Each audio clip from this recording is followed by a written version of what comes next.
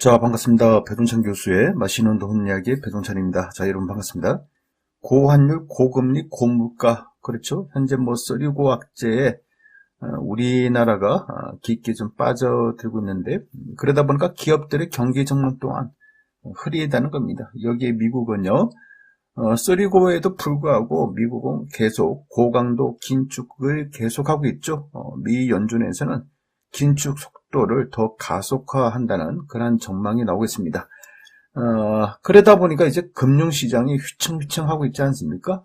따라서 금융시장이 이렇게 휘청휘청하니까 부동산 시장 또한 전반적인 하락세를 면치 못하고 있다라고 말씀드릴 수 있겠죠. 아무튼 이처럼 쓰리고로 인해서 국내 기업들은 경영적자, 그렇죠. 이제 좀 조심할, 기업도 또 마찬가지지 않습니까? 이제 조심할 그런 단계에 도래가 되었고요. 소상공인들 입장에서는 장사도 안 되고, 그래요. 지금 시중에, 이렇게 식당이나 술집이나 이렇게 방문해보면, 한결처럼 하는 말들이 있죠. 장사가 안 된다. 손님들이 그만큼 없다. 요거는 1997년이나 2007년, 2008년도 금융위기 때보다, 외환위기나 금융위기 때보다 더 장사가 안 된다라고 이렇게 말들을 하는 것 같아요. 어떻게 보면 돈들이 없다. 그 좀 희한하죠. 분명히 이제 우리나라의 통화량은 증가되는데, 그렇죠. 예금이 지금 금리가 올라가니까 예금이 계속 증가되는데, 중요한 거는 시중에 이렇게 돌아다니는 돈, 그러니까 누군가가 쓰는 돈, 이런 돈들, 즉 지출하는 돈들은 계속 줄어들고 있다는 겁니다. 그러다 보니까 소상공인들, 장사를 하시는 분들, 또 기업 입장에서는 소비가 그만큼 줄어든다는 이야기가 되니까, 그죠? 그만큼 이제 매출이 감소가 되면 기업 입장에서는 새로운 인재, 신입 사원들을 안 뽑겠죠. 또한 소상공인들 입장에서는 기존에 있는 직원을 내보내고 아니면 아르바이트를 줄이고, 그렇죠? 이제 본인들이 인건비 따먹기다는 표현 있지 않습니까? 이제 본인들이 이제 일을 하는 거예요. 그러다 보니까 이제 청년층 입장에서는 취업이 안 된다라고, 취업이 어렵다라고 이렇게 말씀드릴 수가 있겠죠. 정말 힘든 시기예요.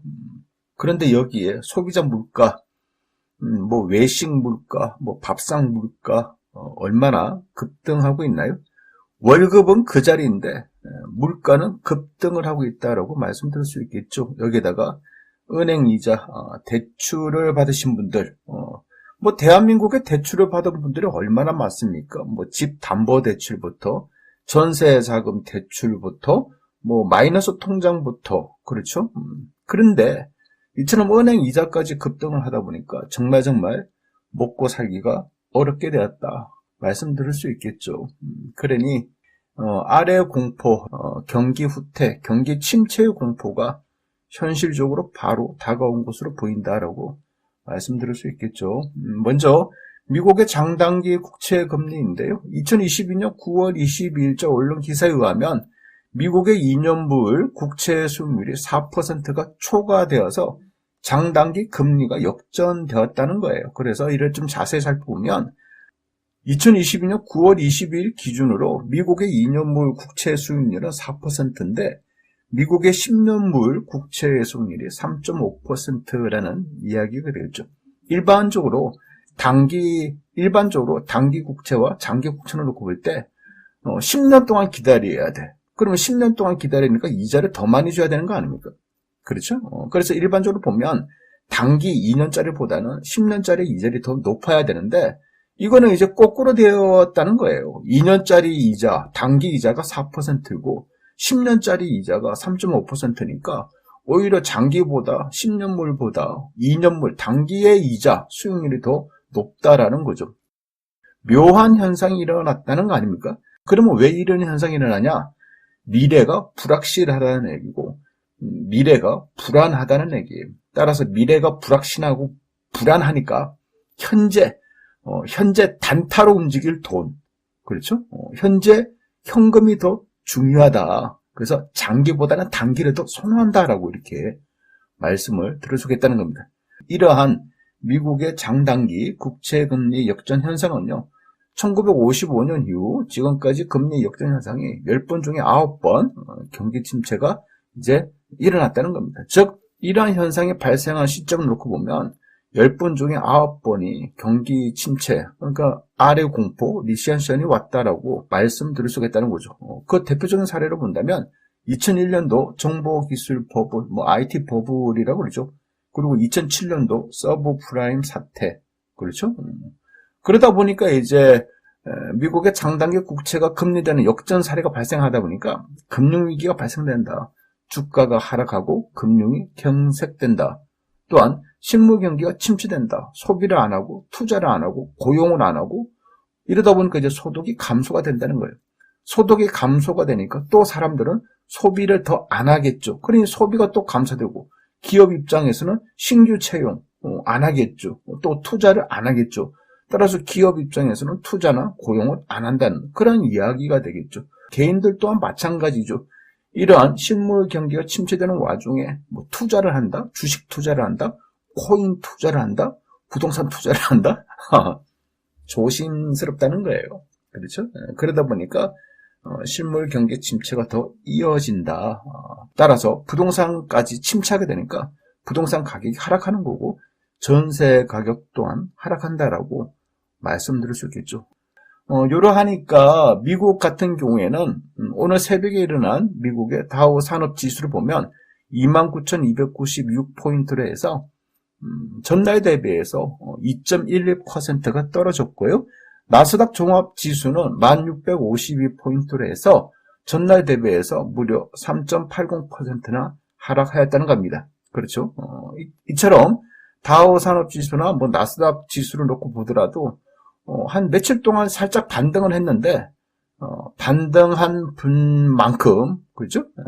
이렇게 또다시 하루 사이에 하락을 했다, 폭락을 하고 있다라고 말씀드릴 수 있을 것 같아요. 미국의 부동산 시장 또한 월가에서는 미국의 주택시장 2009년 이후 가장 큰 월간 하락을 기록하였다. 그리고 미국의 주택시장 또한 급락할 가능성도 배제하지 못한다. 이렇게 말들을 하고 있다는 겁니다. 미국 시장이 요러한데 우리나라 시장, 우리나라의 주식시장 더 이상 설명 안 드려도 되겠죠, 여러분. 결국 우리나라 시장 또한 마찬가지인 것 같아요. 주식시장이 됐든 부동산 시장이 됐든 이제는 싫든 좋든 바로 우리의 눈앞에 경기 침체가 다가왔고 주식시장, 부동산 시장, 또 코인 시장 또한 불황이다. 이제 재테크 시장은 추운 겨울로 접어드는 그런 시기가 도래되었다라고 말씀드릴 수 있을 것 같아요. 역시 이러한 시기에는 쉬는 것도 투자가 되겠죠. 아니야, 지금 바닥일 거야. 이제 반등할 거야. 라고 생각하시는 분들이 이제 며칠 전에 그렇죠? 국내 주식시장 반등할 때 또 탑석했겠죠. 그리고 또 하루 이틀 지나니까 또다시 쿵 주식시장 바닥인 줄 알고 들어갔더만은 또다시 떨어졌다라고 말씀드릴 수 있겠죠. 그래서 이러한 시장 앞으로 이제 장기적으로 볼 때 경기 침체가 계속 이어진다라고 볼 수 있겠죠. 따라서 이러한 시장에는 신혼구두 투자다. 이 말이 가장 안전한 그러한 이야기가 될 것 같아요. 그러면 언제까지 쉬어야 되나요? 그래요. 앞으로 계속 쉬어? 제가 보는 점에서는 금리 인상이 진정되는 시기, 금리 인상이 진정되기 위해서는 미국과 우리나라의 소비자 물가지수 상승이 좀 진정되는 시기, 그런 시기까지는 부동산 시장, 주식 시장이 불황이다. 좀 쉬어야 된다라고 말씀드릴 수 있을 것 같아요. 연휴가 벌써 시작됐죠, 여러분? 연휴 잘 보내시기 바랍니다. 이상까지 배동찬 교수의 맛있는 도움 이야기였습니다. 감사합니다.